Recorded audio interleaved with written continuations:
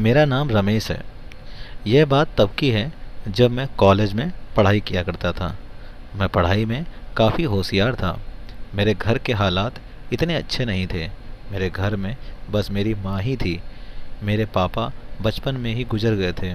मेरी माँ ने लोगों के दबाव का बहुत सामना किया था, लेकिन मुझे भी काफ़ी एहसास होता था कि मैं अपनी माँ की मदद कर सकूं। इसलिए एक दिन मैंने फैसला लिया कि मैं ट्यूशन पढ़ाया करूँगा।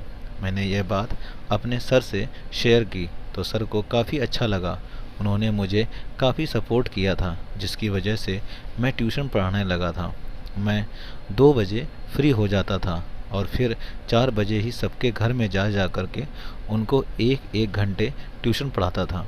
मेरी माँ भी काफ़ी खुश हो गई थी, क्योंकि मैं इस वजह से काफ़ी अच्छा कमा भी लेता था। दिन ऐसे ही गुजरने लगे थे। एक दिन मेरे सर ने मुझसे कहा कि बेटा, मेरी एक बेटी है जो कि 10वीं क्लास में पढ़ती है। अगर तुम उसको पढ़ा दोगे तो मैं तुम्हारा एहसानमंद रहूँगा। मैं भी हैरान हो गया था, क्योंकि वह तो खुद ही एक टीचर थे, तो वह अपनी बच्ची को खुद भी तो पढ़ा सकते थे।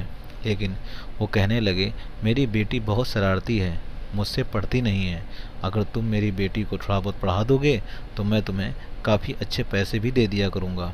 उनकी यह बात सुनकर मैं भी खुश हो गया था, क्योंकि मैं जानता था कि सर काफ़ी अमीर हैं। ठीक है सर, 2-3 दिन में मैं आपके घर आ जाऊंगा। लेकिन सर उसी रोज़ ही कहने लगे, बेटा तुम आज ही आ जाना। जैसे ही मुझे छुट्टी हुई तो मैं सर के साथ ही उनके घर पर चला गया। उन्होंने मुझे ड्राइंग रूम में बिठाया और कहने लगे कि मैं अभी अपनी बेटी को भेजता हूँ। मैं 3-4 मिनट इंतज़ार किया तो कुछ देर बाद उनकी बेटी जैसे ही ड्राइंग रूम में आई तो उसको देखकर तो मैं हैरान हो गया था, क्योंकि वह तो बहुत ही खूबसूरत थी। मुझे अपनी आँखों पर विश्वास नहीं हो रहा था, क्योंकि मैं थोड़ा शर्मीला टाइप का लड़का हूँ। मेरी माँ ने मेरी परवरिश बहुत ही अच्छी तरीके से की थी। मेरी कोई बहन नहीं थी, मैं इकलौता ही था। इस वजह से काफ़ी सम्मान से उस लड़की से मैं बात कर रहा था। कुछ देर मैं उसे पढ़ाता रहा। उसके बाद मैंने उससे कह दिया कि आज के लिए इतना ही काफ़ी है। यह कहकर मैं घर चला गया, लेकिन मेरा दिमाग अभी भी उस लड़की के बारे में ही सोच रहा था। दोस्तों, उस लड़की का नाम चांदनी था। चांदनी बहुत ही खूबसूरत थी। चांदनी मुझे काफ़ी ज़्यादा सीरियस लग रही थी। देखने से लग नहीं रहा था कि वह शरारती भी हो सकती है। पर अगले दिन मैं हैरान हो गया, क्योंकि मैं बिना बताए चांदनी के घर चला गया था। जब मैंने चांदनी को इस हुलिये में देखा तो मैंने जल्दी से अपनी आंखें झुका ली। वो अपने फ्रेंड के साथ वहाँ पर खेल रही थी। मैंने उसे बस एक ही नज़र देखा था, लेकिन उसने जैसे ही मुझे देखा जल्दी से अंदर चली गई। कुछ ही देर बाद मेरे पास पढ़ने के लिए आ गई। अब उसने थोड़ी लॉन्ग टी शर्ट डाल रखी थी। इससे पहले तो उसने बहुत ही मिनी टॉप पहन रखा था। कहने लगी, सर कल मेरा टेस्ट है। मैंने उसे टेस्ट की तैयारी करवाई और उससे कहा कि तुमने इस टेस्ट में बहुत अच्छे नंबर लेकर आने हैं, क्योंकि मैंने तुम्हें बहुत अच्छी तैयारी करवाई है। मेरी बात पर वो कहने लगी, नहीं सर, मुझे बायोलॉजी बहुत मुश्किल लगती है। मैं अच्छे नंबर तो नहीं ला सकती, लेकिन पास ज़रूर हो जाऊंगी। उसकी बात पर मैं हैरान हो गया था, पर इससे पहले कि वह रो देती मैंने उसे कहा, चलो ठीक है, लेकिन अगर तुम फेल हो गई तो। फिर वो कहने लगी कि सर आप मुझे कोई भी सज़ा दे देना, मुझे मंजूर है। उसकी बात पर मैं शरारती अंदाज में मुस्कुराने लगा था। मैंने कह दिया, ठीक है, अगर तुम फेल हुई तो मैं तुम्हें सज़ा दूंगा। अब मैं उसका इंतज़ार करने लगा कि कब वह टेस्ट में फेल हो जाए, मैं उसे कोई सज़ा दे सकूं। ना जाने क्यों मुझे चांदनी को तंग करने में काफ़ी मज़ा आने लगा था। फिर अगले दिन भगवान ने मेरी सुन ली और वह टेस्ट में फेल हो गई थी। मेरा दिल खुशी से उछलने लगा था, लेकिन मैंने बनावटी गुस्सा अपने चेहरे पर सजाया और चांदनी से कहने लगा कि यह तुमने क्या कर दिया है। मैंने तुम्हें इतनी अच्छी तैयारी करवाई थी, लेकिन तुम टेस्ट में फेल हो गई हो। वह कहने लगी, सर आप मुझे जो भी सज़ा देना चाहें दे सकते हैं। मुझे पढ़ाया हुआ सब कुछ भूल गया था। मैं क्या करती, मुझे बायोलॉजी बहुत मुश्किल लगती है। वह बहुत मासूमियत से मुझसे कह रही थी। मैंने उससे कहा कि मैं तुम्हें कल से क्या कहा था?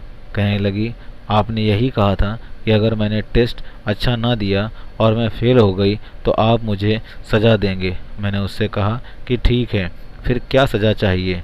वो कहने लगी, आप मुझे जो भी सज़ा दें मुझे मंजूर है। उसकी मासूमियत और खूबसूरती पर मेरा दिल बहकने लगा था। मैंने एक नज़र उसके ऊपर डाली थी। हम दोनों के अलावा कोई भी वहाँ पर मौजूद नहीं था। मेरे साथ इतनी खूबसूरत लड़की मौजूद थी और उसकी सुंदरता को देखकर मेरा दिल बहकने लगा था। अजीब अजीब से ख्याल आ रहे थे। मेरे ऊपर शैतान सवार हो गया था। मैंने उसे धीरे से कहा, तो फिर ठीक है, मेरे पास आओ, मैं तुम्हें सजा हुआ देखना चाहता हूँ। चांदनी बहुत ही मासूम थी। वह मेरी बात मान गई और मेरे पास आकर बैठ गई। मैंने उससे पूछा कि तुम कितने साल की हो? तो वो कहने लगी कि मैं तो 15 साल की हूँ। वह 15 साल की थी और मैं 20 साल का था। मैंने उससे कहा कि मैं तुम्हें कोई भी सज़ा दूंगा तो क्या तुम अपने घर वालों को वो सज़ा बता दोगी? वो कहने लगी, नहीं सर, मैं अपनी सज़ा क्यों बताऊंगी? अगर ऐसा किया तो पापा मुझ पर गुस्सा करेंगे, क्योंकि मैं अपने पढ़ाई के बावजूद आप अपनी पढ़ाई पर ध्यान नहीं दिया, इसलिए मैं वह सज़ा किसी को भी नहीं बताऊंगी। मैं खामोश हो गया था। उसका गुलाबी सरापा देखकर मेरा दिल चाहा उसे बाहों में भरकर चूम लूं, लेकिन मेरा दिल यह करने से इनकार कर रहा था। कहीं न कहीं मेरी माँ की दी हुई अच्छी परवरिश ने मुझे रोक रखा था। इसलिए मैंने फैसला कर लिया और उससे कहा कि नहीं, मैं आज तुम्हें सज़ा नहीं दूंगा, लेकिन अगर आइंदा तुमने किसी भी टेस्ट में इस तरह की कोई भी गलती की और फेल हो गई तो मैं तुम्हें ज़रूर सज़ा दूंगा। चलो आज के लिए माफ़ कर देता हूँ। तो वह बहुत खुश हो गई थी और मैं वापस उससे पढ़ाने लगा था। दोस्तों, एक दिन मैं कॉलेज में ही था जब सर मेरे पास आए और कहने लगे, बेटा मुझे तुमसे कोई बात करनी है। मैंने सर से कहा कि सर मैं क्लास ले लूँ, उसके बाद आराम से आपके पास आ जाऊँगा। आपने मुझे जो भी कहना है मुझसे कह दीजिएगा। इस तरह मैं क्लास के बाद सर के पास चला गया तो सर बिज़ी थे। कुछ देर बाद ही मैं अंदर गया। सर कहने लगे, हाँ बेटा बैठो, मैंने तुमसे चांदनी के बारे में बात करना चाहता हूँ। उनकी यह बात सुनकर मैं हैरान हो गया था कि आखिर वह ऐसा क्यों चाहते हैं। सर कहने लगे, बेटा मैं तुम पर बहुत विश्वास करता हूँ, तुम बहुत अच्छे लड़के हो, इसलिए मैं चाहता हूँ मेरी बेटी तुम्हारे पास ही रहे, क्योंकि मुझे किसी काम के लिए बाहर जाना है, लेकिन शहर में मेरा कोई नहीं है जिसके पास मैं अपनी बेटी को छोड़ दूँ। और वैसे भी उसके टेस्ट हो रहे हैं। मैंने यही सोचा कि तुम उसको पढ़ाते हो, इसलिए उसे तुम्हारे पास ही छोड़ देता हूँ। तुम्हारे घर पर तुम्हारी माँ है, उसका ख्याल रख लेगी। मैंने सर की बात सुनी तो मैं हैरत में डूब गया था कि मैं क्या फ़ैसला करूँ, लेकिन मैंने सर को हाँ कह दिया। सर को कि मैं आपकी बेटी को अपने घर पर ही पढ़ा दूँगा, लेकिन अंदर से मेरा दिल कहीं न कहीं काँप रहा था, क्योंकि मैंने बहुत मुश्किल से फ़ैसला लिया था। मैं सोच रहा था कि ऐसा कैसे हो सकता है कि मैं अपने दिल को, चांदनी को अपने घर में ही देखकर कैसे संभाल सकता था। इतनी खूबसूरत लड़की मेरे पास मेरे साथ रहने वाली थी, लेकिन फिर मैंने अम्मा का सोचा कि वह तो घर पर ही मौजूद होगी, मैं उसे अपनी माँ के पास ही सुला दिया करूँगा। यही सोचकर मैंने सर को हाँ कह दिया था। फिर सर मुझे अपने साथ अपने घर ले गए। सर ने शायद चांदनी को फ़ोन करके तैयार रहने के लिए कह दिया था। उसके साथ एक छोटा सा बैग भी था। चांदनी काफ़ी उदास थी। सर उसे समझाने लगे, बेटा देखो, अपने टीचर को तंग नहीं करना, अब ये आपको पढ़ाएंगे और इनकी माँ आपका ख्याल रखेंगी। मैं इन पर भरोसा कर रहा हूँ, लेकिन तुम बहुत शरारती हो। मुझे डर है कि कहीं टीचर को तंग ना करो और वह तुम्हें डांट ना दे, इसलिए मैं चाहता हूँ कि उन्हें तंग मत करना और वो जैसा पढ़ाएं वैसा ही पढ़ना। वो जो कहें उस बात को मानना, वही करना जो तुम्हारे सर तुमसे कहें। चांदनी कहने लगी, ठीक है पापा, मैं सर को शिकायत का मौका कभी नहीं दूंगी और सर को तंग भी नहीं करूँगी। इस तरह मैं चांदनी को अपने घर लेकर चला गया था। मेरे पास कोई गाड़ी तो थी नहीं, मैं मोटरसाइकिल पर था, इसलिए चांदनी को अपने पीछे बैठाया और उसका बैग मैंने अपने आगे रख लिया था। चांदनी काफ़ी आराम से बैठ गई थी। उसने एक हाथ मेरे कंधे पर रख दिया था तो मुझे कुछ अजीब सा महसूस होने लगा था। मेरा दिल अजीब अंदाज में धड़क उठा था। मैं जितना चाहता कि उस लड़की से खुद को दूर रखूं, उतना ही मेरा दिल उसकी तरफ खींचने लगा था। लेकिन मैंने खुद पर काबू पाया और उसे अपने घर लेकर गया था। अम्मा ने उसे देखा तो बहुत हैरान हो गई थी। मैं अम्मा को सारी बात बता दी। अम्मा कहने लगी, इधर आओ बेटा, मुझे तुमसे कोई बात करनी है।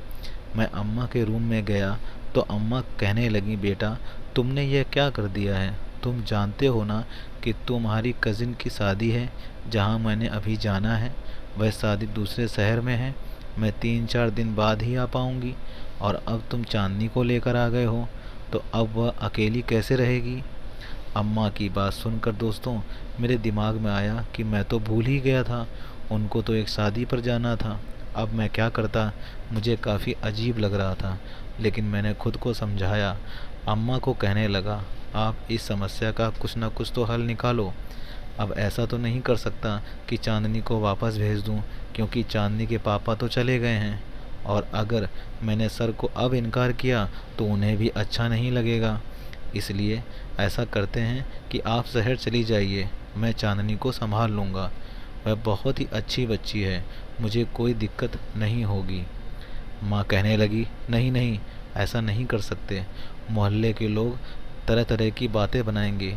मुझे गुस्सा आ गया। मैंने कहा, माँ आप मोहल्ले वालों की बातों पर कब से विश्वास करने लगी?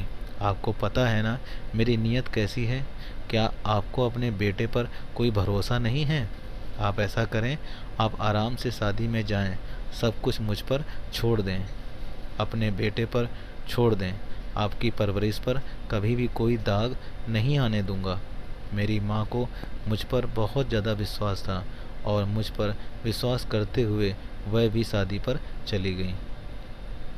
दोस्तों अब इस घर में मैं था और मेरे साथ चांदनी थी। वह मुझसे पूछने लगी, सर आपकी माँ कहाँ गई है? मैंने कहा, उन्हें कुछ काम था, रात तक आ जाएगी। मैंने उसे कुछ भी नहीं बताया और यही कहा कि अम्मा काम से गई हैं, वह जल्दी ही वापस आ जाएंगी। मैं चांदनी को पढ़ाने लगा था। मैंने उसे बायोलॉजी समझा दी थी, लेकिन उसे समझ में नहीं आ रहा था। वह कहने लगी, सर कल तो छुट्टी है, मुझे स्कूल भी नहीं जाना, इसलिए बाकी का आप मुझे कल पढ़ा देना। मुझे भी याद आया कि कल तो छुट्टी है और मुझे भी स्कूल नहीं जाना था, क्योंकि हमारे कॉलेज में एक स्पोर्ट्स डे होने वाला था, इसलिए मैंने भी छुट्टी ही करनी थी। अब मैं हैरान हो गया। मैंने चांदनी को कहा, ऐसा करते हैं कि तुम सो जाओ, क्योंकि वैसे भी कल छुट्टी है, तो मैं तुम्हें बाकी सारा बचा हुआ कल पढ़ा दूंगा। चांदनी कहने लगी कि ठीक है सर। मैंने उसको रूम का रास्ता दिखाया तो वह वहाँ चली गई, लेकिन फिर अचानक ही उसे मेरी माँ का ख्याल आया। वो कहने लगी, सर आपकी माँ तो अभी तक नहीं आई, वह कहाँ है? मैंने उसको बहाना बना दिया कि अम्मा रात को आ जाएंगी, वहाँ बस फंस गई है, वह बहुत जल्दी आ जाएंगी।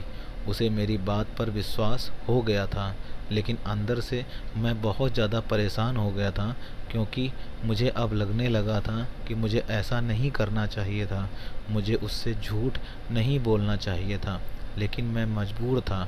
मैं नहीं चाहता था कि चांदनी को पता चले कि इस घर में हम दोनों अकेले ही हैं और उसके दिल में मेरे लिए बदगुमानी पैदा हो जाए। वह अपने रूम में जाकर लेट गई। मैं भी अपने रूम में आ गया था। मैं गहरी नींद में था कि तभी मुझे ऐसा लगा जैसे अचानक आधी रात को मेरे रूम का दरवाज़ा खुल गया था। दोस्तों मेरे रूम में अंधेरा था। मुझे ऐसा महसूस हुआ जैसे कोई मेरे बिस्तर पर आकर लेट गया हो। यह देखकर तो मेरे होश उड़ गए थे। अचानक मुझे चांदनी का ख्याल आया। मैंने जल्दी से अपने रूम में मौजूद हल्की लाइट ऑन कर दी, लेकिन जैसे मेरी नज़र चांदनी पर गई तो मैं हैरान रह गया था। मेरे बिस्तर पर चांदनी लेटी हुई थी। मैंने कहा, चांदनी यह क्या हरकत है? तुम यहाँ पर क्या करने आई हो? अपने कमरे में जाओ। वो कहने लगी, सर प्लीज़ मेरी बात का बुरा मत मानना, लेकिन मुझे अंधेरे में और अकेले घर में सोने की बिल्कुल भी आदत नहीं है। मैं कभी अकेली नहीं सोई हूँ। जब भी सोती हूँ पापा के रूम में ही सोती हूँ। मैंने अपना बेड पापा के रूम में ही लगा रखा है। और अगर मैं गलत नहीं हूँ तो मैं यह भी जानती हूँ कि इस घर में मेरे और आपके अलावा और कोई भी मौजूद नहीं है। लेकिन मैं क्या करूँ? मुझे अकेले घर में डर लगता है। मैं अकेले नहीं सो सकती, इसलिए मैं आपके पास सो जाऊंगी। मैंने उसकी बात सुनी तो उसके पागलपन पर मेरा जी चाहा अपना सर दीवार पर मार लूं। यह कैसी लड़की है जो मेरे साथ रहने में शर्म महसूस नहीं कर रही है? मैंने उससे कहा, चांदनी तुम इतनी छोटी भी नहीं हो। तुम तो जानती हो ना, हम दोनों एक रूम में नहीं रह सकते। क्या अब यह भी मुझे तुम्हें समझाना पड़ेगा? दोस्तों, वो कहने लगी, मैं जानती हूँ, लेकिन मैं क्या करूँ? मैं मजबूर हूँ। मैं कभी भी अकेले नहीं सोई हूँ। मैं बहुत देर से अकेले रूम में सोने की कोशिश कर रही थी, लेकिन मुझे बहुत ज़्यादा डर लग रहा था। बहुत मजबूरी में मैं आपके कमरे में आई हूँ। मैंने सोचा चुपचाप आपके पैरों की तरफ जाकर सो जाऊंगी, लेकिन अकेले कमरे में नहीं सोऊंगी। यह कहकर उसने रोना शुरू कर दिया। उसकी आवाज़ मुझे अंदर तक बेचैन कर रही थी। मैंने जल्दी से कहा, अच्छा चुप हो जाओ, मैं कोई हल निकाल लेता हूँ। लेकिन मुझे कोई हल नज़र ही नहीं आ रहा था।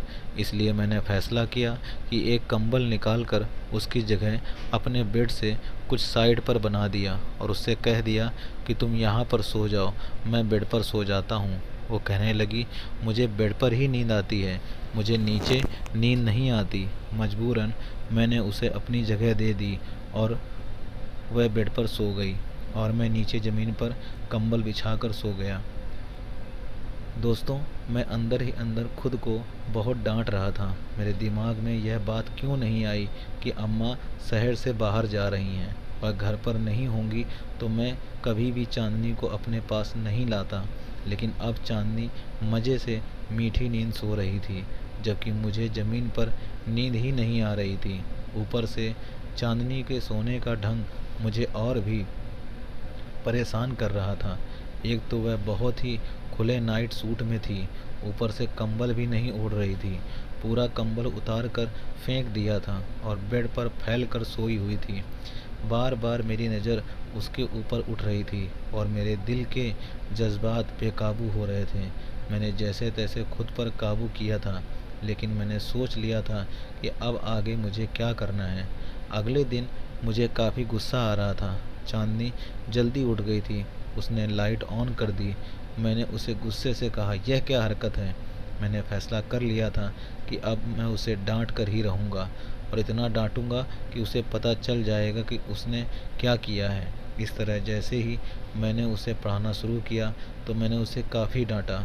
उसे एक एक टॉपिक बार बार याद करने को कहता रहता था और जब उसे याद नहीं हो रहा था तो गुस्से में मैंने उसे एक ज़ोरदार चांटा भी मार दिया। वह अपना गाल पकड़े हैरत से मुझे देख रही थी। मैंने यह चांटा जानबूझकर मारा था ताकि रात को वो मेरे करीब फिर से ना आए। मैं नहीं चाहता था कि जज्बात में भरकर मैं कोई गलत कदम उठा लूं। चांदनी भी समझ गई थी। 3 दिन ऐसे ही गुजर गए थे। मुझे बहुत बुरा लग रहा था, लेकिन उसके बाद चांदनी ने अपने पापा को बता दिया कि सर ने मुझे कुछ भी नहीं कहा था। वह तो बल्कि शर्मिंदा थे और कहने लगे कि मैं माफ़ी चाहता हूँ। मैं जानता था कि मेरी बेटी शरारती है, वह कोई ना कोई ऐसी हरकत ज़रूर कर देगी। मैंने सर को कहा, कोई बात नहीं सर, मैं जानता हूँ चांदनी अभी छोटी बच्ची है, नादान है, उसे समझ नहीं थी, इसलिए मैंने भी उसे इजाज़त दे दी थी। लेकिन अगले दिन सर ने कह दिया कि अब चांदनी तुमसे नहीं पढ़ेगी, उसके लिए कोई लड़की का इंतज़ाम करूँगा जो उसे पढ़ाया करेगी और तभी वह उससे डर कर पढ़ेगी। इस तरह अब वो मुझसे नहीं पढ़ने आया करती थी, लेकिन मेरा गुजारा तो फिर भी चल ही रहा था। मैं नहीं चाहता था दोस्तों कि मेरी वजह से चांदनी की आंखों में आंसू आए। लेकिन उस समय चांदनी को थप्पड़ मारना ज़रूरी था या नहीं, वो तो वहाँ उम्र के जिस हिस्से में थी, कभी भी हम दोनों बहक सकते थे, और मैं भी उस समय उम्र के नाजुक हिस्से में ही था। हम दोनों की उम्र बहक जाने वाली थी, इसलिए मजबूरन चांदनी को सही राह दिखाने के लिए उसे थप्पड़ मारना ज़रूरी था। 5 साल का समय गुजर चुका था। जब एक दिन मुझे पता चला कि अब वह यूनिवर्सिटी पहुंच गई है, तो मैं बहुत हैरान हुआ था, क्योंकि उस वक्त मैं बीएससी कर रहा था। वह छोटी और शरारती नहीं रही थी, बल्कि बड़ी और समझदार बन गई थी। उसे यूनिवर्सिटी की हवा लग गई थी। कुछ लड़के उसके आसपास खड़े थे और उससे बातें कर रहे थे। मैं हैरान हुआ। मैंने एक नज़र उसे देखा, शायद वह भी मुझे पहचान गई थी, लेकिन वह मेरे पास नहीं आई। मैं बहुत ही हैरान हुआ कि ऐसी भी क्या नाराज़गी, कहीं वह मेरे पास आई क्यों नहीं। कितने दिन ऐसे ही गुजर गए थे। मेरा दिल बहुत ज़्यादा तड़प रहा था। दिल में दबी हुई चांदनी के लिए मोहब्बत फिर से मचलने लगी थी। मैं अब चांदनी को रोज़ ही देखता था। उसके पास वही 3-4 लड़के होते थे जो उसके दोस्त बन गए थे, और यह चीज़ मुझे बहुत बुरी लग रही थी। मजबूरन एक दिन मैं चांदनी के पास चला गया। उससे कहने लगा, क्या तुम मुझे पहचानी? उसने मेरी बात का कोई भी जवाब नहीं दिया। मैं बहुत गुस्से में आ गया। उसका हाथ दबोचकर एक जगह पर ले गया और कहने लगा, ये क्या हरकत है? मैंने उससे कहा कि जब तुम मुझे ऐसे इग्नोर करोगी तो मैं यह सब करने पर मजबूर हो जाऊंगा, इसलिए चुपचाप मेरी बात सुनो। चांदनी कहने लगी, मैं जानती हूँ, मैंने तुम्हें बहुत तंग किया था। उसकी बात सुनकर मैं हैरान हो गया था। मैंने कहा, मैंने तुम्हें पढ़ाया, क्या तुम इसका बदला ऐसे लोगी? मेरी तुम बहुत इज्जत करती थी, लेकिन अब मुझसे इस तरह से बात करोगी? कहने लगी, हाँ, उस वक्त तुम मेरे उस्ताद थे, लेकिन अब तुम मेरे कुछ नहीं लगते, और जिनको मैं नहीं जानती मैं उनसे ऐसे ही बात करती हूँ। दोस्तों, मैं बहुत परेशान हो गया था कि उससे कैसे माफ़ी मांगूं। फिर एक रोज़ मैंने उससे माफ़ी मांग ली थी। मैंने उससे कहा कि उस समय मेरा तुम पर गुस्सा करना बहुत ज़्यादा ज़रूरी था। अगर तुम पर गुस्सा नहीं करता तो बहुत कुछ गलत हो जाता। तुम और मैं उम्र के जिस नाजुक हिस्से में थे, वहाँ उम्र बहुत ही नाजुक होती है। ज़रा सी गलती हम दोनों को बर्बाद करके रख देती। इसलिए मजबूरन मुझे तुम पर गुस्सा करना पड़ा था और तुम पर हाथ उठाना पड़ा था, क्योंकि यह कोई छोटी बात नहीं थी कि एक जवान लड़का और लड़की इस तरह अकेले सोएं। मैं तुम्हें इसलिए गुस्सा किया था कि तुम गुस्सा होकर मुझसे अलग सोना शुरू कर दो। मैं भी एक मर्द था, कब तक खुद पर कंट्रोल करता। मैं नहीं चाहता था कि मैं तुम्हारे साथ कुछ गलत करूं, और सच तो यह है कि मैं धीरे धीरे तुम्हें चाहने लगा था। तुमसे मोहब्बत हो गई थी। मेरी बात सुनकर वह खामोश खड़ी रही, कुछ भी नहीं बोली थी, लेकिन उसकी आंखों की चमक मुझे बता गई थी कि मेरी बात सुनकर वह बहुत खुश हो गई थी। शायद वह भी मुझे मोहब्बत किया करती थी। वह चली गई थी, लेकिन मैं भी खड़ा नहीं रहा और वापस चल दिया, क्योंकि अब मैं जानता था कि शायद उसे गलती का एहसास हो जाएगा और वह मुझसे माफ़ी मांगने आएगी। पर दोस्तों, दिन ऐसे ही गुजरने लगे। चांदनी ना तो मेरे पास आई ही नहीं थी। कुछ दिन ऐसे ही गुजर गए। एक रोज़ किसी ने मुझे आवाज़ लगाई। जैसे ही मैंने पीछे देखा तो चांदनी थी। वह मेरे पास आई और कहने लगी, मुझे माफ़ कर दो, मुझे यह सब कुछ नहीं करना चाहिए था, लेकिन मैं क्या करती। मुझे आज तक किसी ने ऐसी बात नहीं की थी जिस तरह तुम बात करते थे। तुमने मुझे पढ़ाया, उसका बहुत बहुत धन्यवाद, लेकिन मैं बहुत ही नाजुक थी। मेरे पापा ने कभी भी मुझे ऐसे तेज़ शब्दों में बात भी नहीं की थी, लेकिन तुमने तो उस दिन मुझे थप्पड़ मारा था। तब से ही मैंने फैसला कर लिया था कि मैं अपने पापा को बता दूंगी और मैं तुमसे अब नहीं पढ़ूंगी, और मैंने सोचा था अपने पापा से कहकर कोई दूसरा टीचर रखवा लूँगी। उसकी यह बात सुनकर मैं थोड़ा सा मुस्कुराने लगा था। अगले ही दिन मैंने अपनी माँ को अपना रिश्ता लेकर चांदनी के पापा के पास भेज दिया। मेरे सर को भी इस रिश्ते पर कोई ऐतराज़ नहीं था। खुशी खुशी इस रिश्ते के लिए सर राज़ी हो गए और ठीक 15 दिन के बाद चांदनी मेरी दुल्हन बनी मेरे कमरे में बैठी हुई थी और मैं उसके सामने बैठा था, उसको निहार रहा था और वह शर्म के मारे अपने आप में सिमटी जा रही थी। मैंने उसका हाथ थामते हुए कहा, चांदनी, अब तुम पूरे अधिकार के साथ मेरे बिस्तर पर मेरे साथ मुझसे चिपक कर सो सकती हो, क्योंकि अब तुम मेरी पत्नी हो। यह कहकर मैंने चांदनी का हाथ चूम लिया था और वह भी शर्माते हुए मेरे सीने से लग गई थी। दोस्तों, कहानी कैसी लगी ज़रूर बताना। पसंद आई हो तो प्लीज़ लाइक शेयर करना बिल्कुल मत भूलना। रोज़ एक नई कहानी सुनने के लिए हमारे चैनल को अभी सब्सक्राइब कर लीजिए और कहानी को अंत तक सुनने के लिए आप लोगों का बहुत बहुत धन्यवाद। मिलते हैं अगली किसी नई कहानी के साथ। अगर अभी तक आपने बेल आइकन को प्रेस नहीं किया है तो बेल आइकन को प्रेस कर दीजिए ताकि आपको मेरी सारी स्टोरीज़ आपके चैनल पर सबसे पहले दिखाई दें। तो दोस्तों, मिलते हैं इसी तरह की सच्ची और अच्छी कहानियों के साथ राज स्टोरीज चैनल पे। तब तक के लिए दोस्तों, जय हिंद, जय भारत। दोस्तों, खुश रहिए, आबाद रहिए।